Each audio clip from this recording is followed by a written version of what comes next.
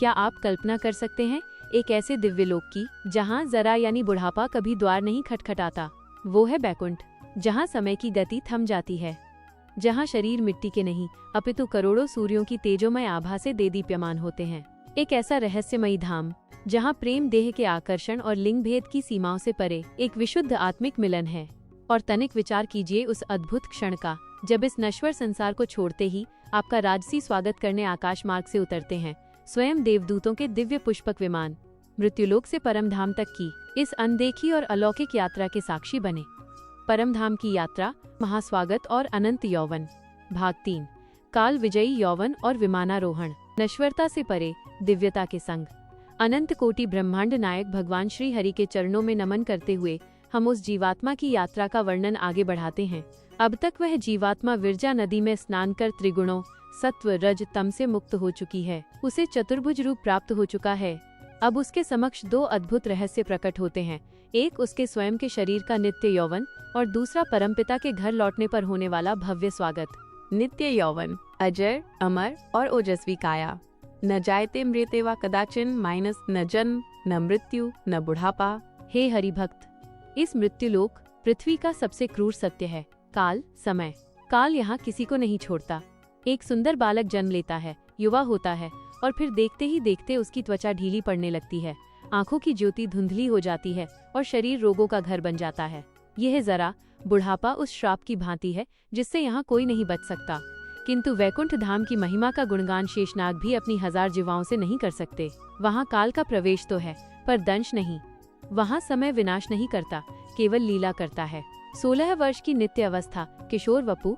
वैकुंठ शास्त्रों में वर्णन है कि वहाँ रहने वाली प्रत्येक जीवात्मा, चाहे वो स्त्री हो या पुरुष, सदैव नित्य किशोर अवस्था में रहती है। उनकी आयु सदैव 16 वर्ष नव यौवन जैसी प्रतीत होती है। सोचिए, एक ऐसा लोक जहाँ कोई वृद्ध नहीं है, जहाँ लाठियों के सहारे चलने वाले खांसते हुए या स्मृति खो चुके शरीर नहीं है। वहाँ केवल बल, ओज और सौंदर्य का साम्राज्य है। यह यौवन कभी ढलता नहीं है। करोड़ों कल्प युग बीत जाने पर भी भक्त का चेहरा वैसे ही दमकता रहता है जैसे भोर का सूर्य। यौवन का उद्देश्य माइनस भोग नहीं, सेवा। पृथ्वी पर यौवन का अर्थ अक्सर भोग विलास और इंद्रिय तृप्ति से जोड़ा जाता है। जवानी के मद में मनुष्य पाप करता है, लेकिन वैकुंठ का यौवन दिव्य ओज। प्रभु ने अपने भक्तों को नित्य युवा इसलिए बनाया है ताकि उनकी सेवा में कभी कोई बाधा न आए। एक वृद्ध शरीर संकीर्तन में बहुत देर तक नाच नहीं सकता, पर वैकुंठ का युवा शरीर अनंत काल तक महारास में नृत्य कर सकता है। यह शरीर थकता नहीं, इसे पसीना नहीं आता, सिवाय प्रेम के सात्विक भावों के इसे नींद की आवश्यकता नहीं। यह यौवन इसलिए है ताकि भक्त अपने स्वामी, जो स्वयं नित्य नूतन है, उनकी सेवा पूर्ण सामर्थ्य के साथ कर सके। ओजस्विता और आभा। वैकुंठ वासियों के शरीर से एक विशिष्ट प्रकार का तेज निकलता है। यह तेज उनके ब्रह्मचर्य और भक्ति का परिणाम है। उनकी त्वचा कंचन, स्वर्ण और मणियों की तरह स्निग्ध होती है। उनके अंगों में हाथी जैसा बल और फूल जैसी कोमलता एक साथ निवास करती है। यह नित्य यौवन इस बात का प्रमाण है कि जो हरि की शरण में आ गया, उसने मृत्यु को जीत लिया। पुष्पक विमान द्वारा स्वागत, भक्त का राजसी सम्मान। वैकुंठ लोके गच्छन्ति विमाने, सूर्य सन्निभय। सूर्य के समान चमकते विमानों से आगमन। जब जीवात्मा दिव्य शरीर और नित्य यौवन प्राप्त कर लेती है, तब एक दृश्य ऐसा घटित होता है जिसकी कल्पना करके ही आंखों में अश्रु आ जाते हैं। संसार में जब हम किसी बड़े अधिकारी या राजा से मिलने जाते हैं तो हमें घंटों प्रतीक्षा करनी पड़ती है। हम लाइन में खड़े रहते हैं, धक्के खाते हैं, लेकिन मेरे प्रभु का दरबार देखिए। यहाँ भक्त भगवान के पास पैदल चलकर नहीं जाता, अपितु भगवान स्वयं अपने निजी वाहन विमान भेजकर उसे बुलाते हैं। विमानों का अवतरण। विरजा नदी के तट पर खड़ी जीवात्मा अचानक आकाश की ओर देखती है। उसे करोड़ों सूर्य के समान एक तेजपुंज अपनी ओर आता दिखाई देता है। पहले उसे लगता है कि कहीं ये प्रलय की अग्नि तो नहीं, लेकिन फिर उसे मधुर घंटियों की ध्वनि, किंकिणी रव सुनाई देती है। यह पुष्पक विमान है। ये कोई साधारण यान नहीं, बल्कि मनोमय, मन की गति से चलने वाला दिव्य रथ है। यह विमान स्वर्ण, वैदूर्य मणि और पारिजात के पुष्पों से बना होता है। इसमें पहिए नहीं होते। यह वायु और मंत्रों की शक्ति से तैरता है। इसकी चमक इतनी तीव्र होती है कि यदि दिव्य चक्षु न हो तो कोई इसे देख भी नहीं सकता। विष्णु दूतों द्वारा अगवानी। विमान के रुकते ही उसमें से भगवान के 4 पार्षद विष्णु दूत उतरते हैं, जय, विजय, नंद और सुनंद। वे वैसे ही चतुर्भुज रूप में होते हैं। जीवात्मा उन्हें देखकर भयभीत होकर उनके चरणों में गिरने लगती है, ये सोचकर कि ये स्वयं भगवान हैं।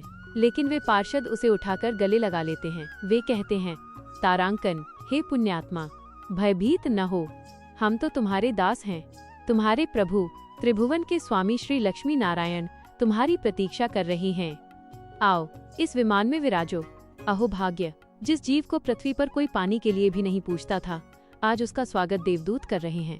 गंधर्व मधुर वाद्य यंत्र बजा रहे हैं और अप्सराएं मंगल गीत गा रही हैं। यह स्वागत किसी दिग्विजयी सम्राट से भी अधिक भव्य होता है। विमान की यात्रा और दिव्य दृश्य। जैसे ही जीवात्मा उस रत्न जड़ित सिंहासन पर बैठती है, विमान पलक झपकते ही ऊपर उठता है।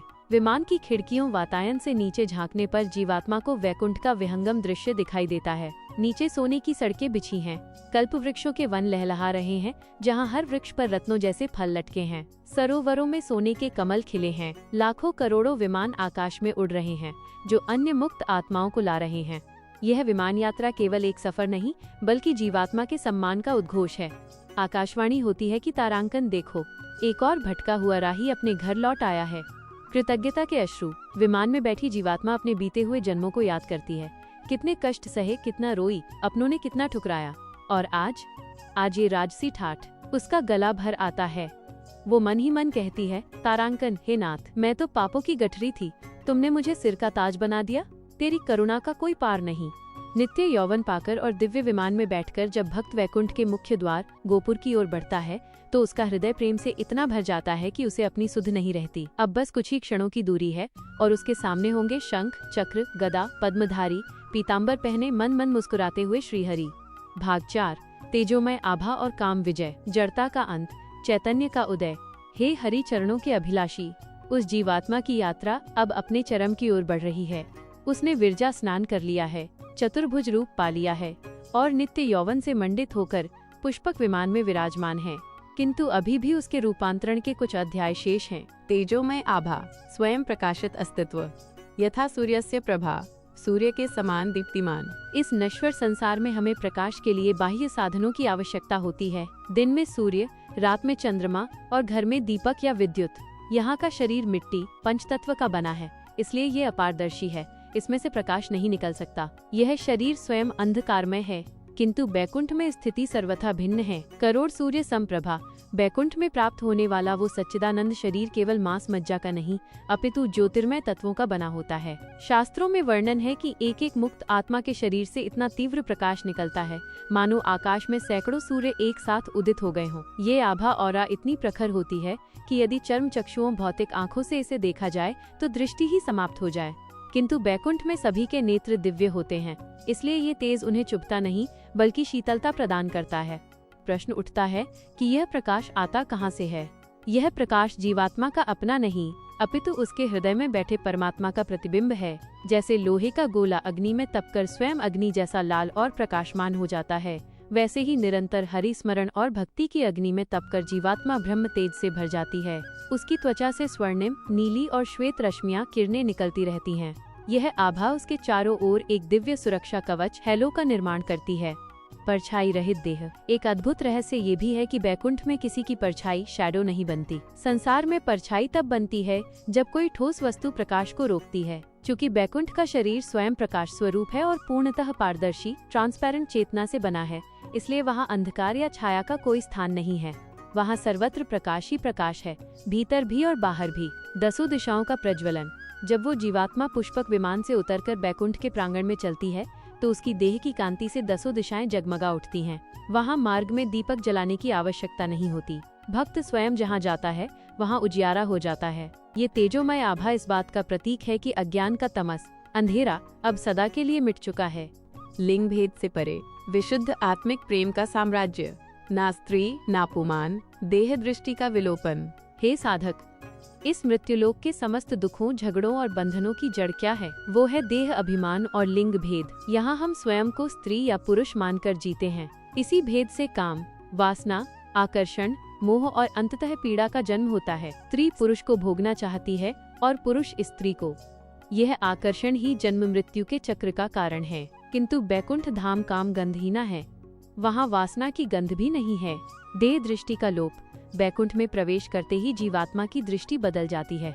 वहाँ मैं पुरुष हूँ या मैं स्त्री हूँ, यह भाव ही समाप्त हो जाता है। वहाँ केवल एक ही भाव शेष रहता है, अहम ब्रह्मास्मि, मैं आत्मा हूँ, और दासोलहम, मैं हरि का दास हूँ।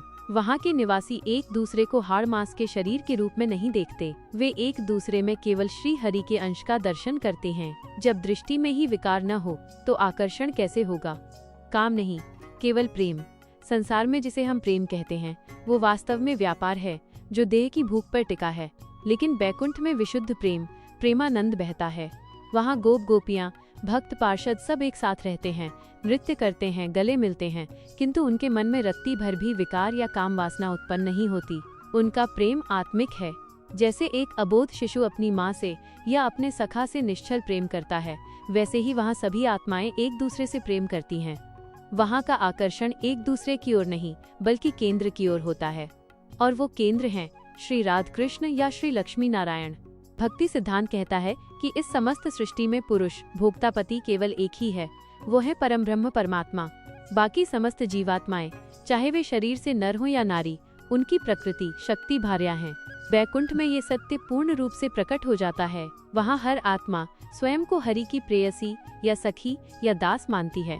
वहाँ भौतिक पति पत्नी के संबंध का कोई अर्थ नहीं रह जाता, क्योंकि अब सभी का विवाह, आत्मिक मिलन उस परम प्रियतम के साथ हो चुका है। निर्भय विचरण, लिंग भेद समाप्त होने के कारण वहाँ पूर्ण स्वतंत्रता है। किसी को किसी से लज्जा नहीं, कोई पर्दा नहीं, कोई संकोच नहीं। वहाँ स्त्रियां असुरक्षित नहीं हैं, क्योंकि वहाँ कोई कुदृष्टि डालने वाला नहीं है। वहाँ सौंदर्य तो अपार है, अप्सराओं से भी बढ़कर, किंतु वो सौंदर्य लालसा नहीं जगाता बल्कि भक्ति जगाता है। किसी के सौंदर्य को देखकर वहाँ मन में यह विचार आता है, तारांकन, आहा, मेरे प्रभु की रचना कितनी अद्भुत है। इस प्रकार अपनी तेजोमय आभा से दसों दिशाओं को प्रकाशित करती हुई और स्त्री पुरुष के भेद से ऊपर उठकर विशुद्ध हंस बन चुकी वह जीवात्मा अब अपने गंतव्य के अत्यंत निकट है। उसके मन का मैल धुल चुका है, आंखों की प्यास बढ़ चुकी है। अब न उसे अपनी देह की सुध है, न अपनी सुंदरता का अहंकार। उसे तो बस एक ही रट लगी है, तारांकन, कहाँ है मेरे नाथ, कहाँ है मेरे प्राण वल्लभ। अगर आपको ये वीडियो अच्छी लगी हो तो हमारे चैनल को सब्सक्राइब करें और वीडियो को लाइक करें।